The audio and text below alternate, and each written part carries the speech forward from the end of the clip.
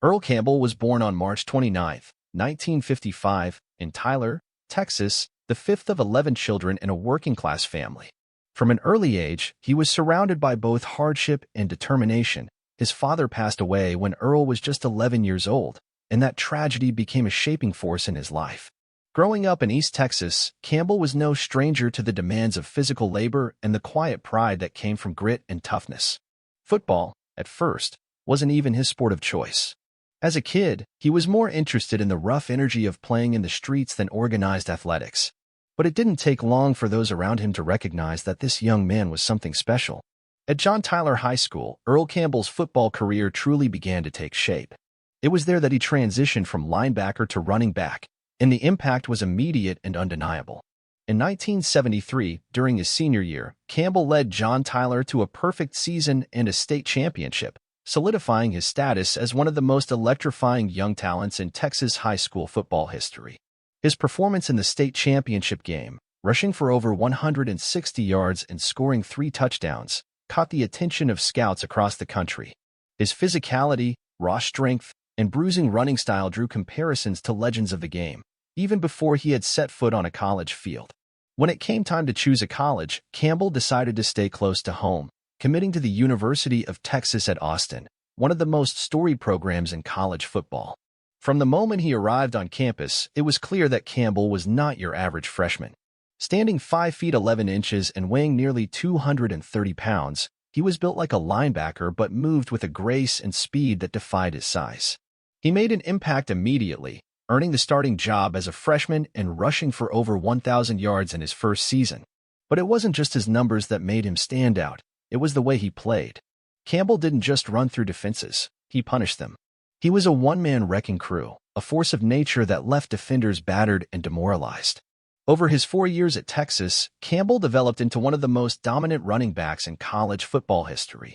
His senior season in 1977 was particularly historic. That year, he rushed for 1,744 yards and 18 touchdowns, averaging over 6 yards per carry. His performance earned him the prestigious Heisman Trophy, awarded to the best player in college football. He was also named the nation's top running back and received consensus All-American honors. But beyond the accolades and the statistics, Campbell had become something more. He was the embodiment of Texas football, a symbol of toughness, pride, and unrelenting will. Heading into the 1978 NFL Draft, Earl Campbell was the consensus #1 prospect. The Houston Oilers, led by head coach Bum Phillips, were desperate to find a player who could become the face of their franchise. Phillips believed that Campbell was not just a great player, he was the missing piece that could turn the Oilers into contenders. The Oilers traded up to secure the #1 overall pick, and with that pick, they selected Earl Campbell. Campbell's impact on the NFL was immediate and profound. In his rookie season, he rushed for 1,450 yards and 13 touchdowns, earning him Rookie of the Year honors and the NFL MVP award, an incredibly rare feat for a first-year player. His punishing running style, low center of gravity, and relentless drive made him nearly impossible to tackle.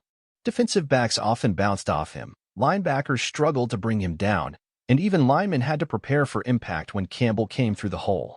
He was a spectacle, a throwback to an earlier era of smash-mouth football in a league that was rapidly evolving into a more pass-heavy game. Campbell followed up his rookie year with even more dominance.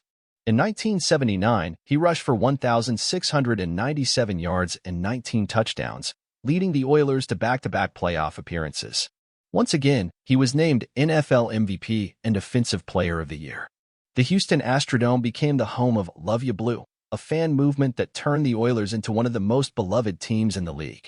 Fans wore blue wigs, packed the stadium, and rallied behind their superstar. Earl Campbell wasn't just a football player, he was a cultural icon in Houston, a symbol of the city's grit and pride. In 1980, Campbell reached what many consider the peak of his career. He rushed for a staggering 1,934 yards, falling just short of the then record for rushing yards in a single season. His performance included 4 games of over 200 rushing yards, and he once again claimed the NFL's Offensive Player of the Year award. But as his numbers soared, so too did the physical toll on his body. Campbell's running style was beautiful to watch but brutal to endure. He initiated contact, lowered his shoulder, and welcomed collisions in a way that shortened his career but also elevated his legend. By the early 1980s, the Oilers began to decline, and Campbell's production started to wane. In 1984, he was traded to the New Orleans Saints, reuniting with Bum Phillips. While he showed flashes of his former brilliance, it was clear that years of punishment had taken their toll. Campbell retired in 1985 after 8 NFL seasons. In that span, he rushed for 9,407 yards and 74 touchdowns. He was a 5-time Pro Bowler, a 3-time NFL rushing champion, and a member of the NFL 1970s All-Decade team. Campbell's retirement was bittersweet. On one hand, he had cemented his place in football history. On the other, his physical decline was already well underway. Years of collisions had left him with debilitating injuries. His legs, once tree trunks that powered him through defenders, now struggled to carry his own weight. He battled severe arthritis, required multiple surgeries, and became reliant on a wheelchair and walkers. At times, he faced addiction to painkillers and depression stemming from the loss of his physical abilities. But Campbell never sought pity. Instead, he used his experience to become an advocate for better treatment of retired players, focusing especially on health care and mental health. Off the field, Earl Campbell became an entrepreneur and philanthropist. He launched a successful line of sausages, Earl Campbell's Sausage, which remains popular throughout Texas. He also established the Earl Campbell Tyler Rose Award, an annual award presented to the best offensive player in Division I football with Texas ties.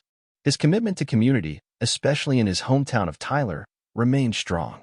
He supported youth football programs, mentored young athletes, and worked to inspire others through his story. Earl Campbell was officially enshrined in the Pro Football Hall of Fame in 1991, just 6 years after his retirement. The induction was both a celebration and a recognition of a career that, while relatively short, had left an outsized impact on the game. Standing before the Hall of Fame crowd in Canton, Ohio, Campbell was humble, gracious, and visibly emotional. He thanked his mother for her unshakable strength and credited Bum Phillips for believing in him when he was just a young man trying to find his place in the league. It was clear to everyone in attendance that Earl Campbell had not just been a great football player. He had been a symbol of heart, determination, and authenticity in a sport often overshadowed by ego and excess. But Campbell's true legacy can't be measured by trophies, statistics, or highlight reels alone. It lives on in the way the running back position is understood. Before Campbell, power backs had always existed, but few had the rare combination of brute strength and nimble agility that he brought to the field. He ran with a kind of violence that inspired awe, not just because it was effective, but because it seemed to reflect something deeper, a raw, unfiltered passion that connected fans to the primal beauty of football itself. Watching Campbell run was like watching a man who didn't just want to win, but needed to. Every yard felt personal. Every hit was a test of will. The term workhorse is often used in football, but it barely begins to capture what Campbell gave to the game. During his prime years with the Oilers, he routinely carried the ball 30 or even 40 times a game. Defensive coordinators built entire game plans around stopping him, stacking the box with 8 or 9 defenders. And still, Campbell delivered. He took hit after hit and never shied away from contact. His legs never stopped churning, and his shoulders were always lowered. And yet, it's that very style, the relentless punishing of his own body, that eventually caught up to him. In the decades following his retirement, Earl Campbell became one of the most high-profile examples of the toll football can take on the human body. By the time he reached his mid-40s, Campbell was struggling to walk. He developed spinal stenosis and needed assistance to stand for long periods. Eventually, he began using a wheelchair. At one point, he admitted to being addicted to painkillers as a result of chronic pain, a confession that opened a wider conversation in the NFL about how injuries were handled during and after a player's career. Campbell's honesty and vulnerability turned him into an advocate. He used his voice to bring attention to the need for reform, calling for better health care for former players, support for mental health, and transparency around head trauma and physical rehabilitation. But Campbell's life wasn't just defined by pain and hardship. He remained active in his business ventures and personal outreach. He spent time mentoring young athletes and emphasizing the importance of education, discipline, and preparation for life beyond the game. Campbell often said that football was what he did, but it wasn't who he was. That distinction was crucial to him. He wanted others to understand that success in life didn't have to end with a playing career, and that true greatness came from character, not just performance. The state of Texas never stopped celebrating Earl Campbell. In 2000, he was named to the Texas Sports Hall of Fame. A statue of him stands proudly on the University of Texas campus, depicting Campbell in his classic punishing stride, pushing through defenders as he had done countless times before. In his hometown of Tyler, his legacy is woven into the community fabric. Streets bear his name, schools teach his story, and generations of young players grow up hearing about the Tyler Rose, a nickname that perfectly captures his mix of beauty and brutality. Campbell's influence can still be felt in today's NFL, even as the league has shifted toward more passing and less reliance on bell cow backs. Players like Adrian Peterson, Derrick Henry, and Marshawn Lynch have all drawn comparisons to Campbell, especially in their ability to break tackles and wear down defenses over 4 quarters.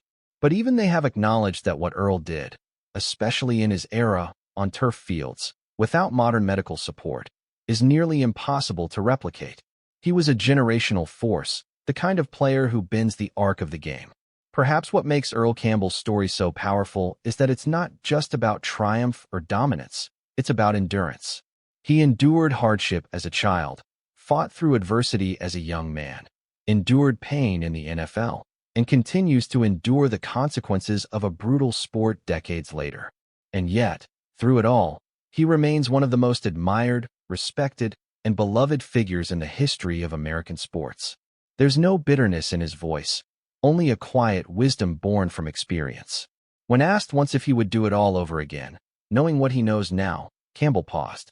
Then he smiled and said yes, because football gave him the opportunity to provide for his family, to uplift his community, and to show the world what was possible when you refused to give up. That answer said everything you needed to know about the man. Earl Campbell isn't just a Hall of Fame running back. He's a symbol of resilience, a blueprint for how to fight, fall, rise again, and keep moving forward. In the story of football, his chapter may be written in bruises and blood, but it's also written in pride, power, and perseverance. The Tyler Rose may no longer be running down the field, but the echoes of his footsteps still shake the ground he once ruled.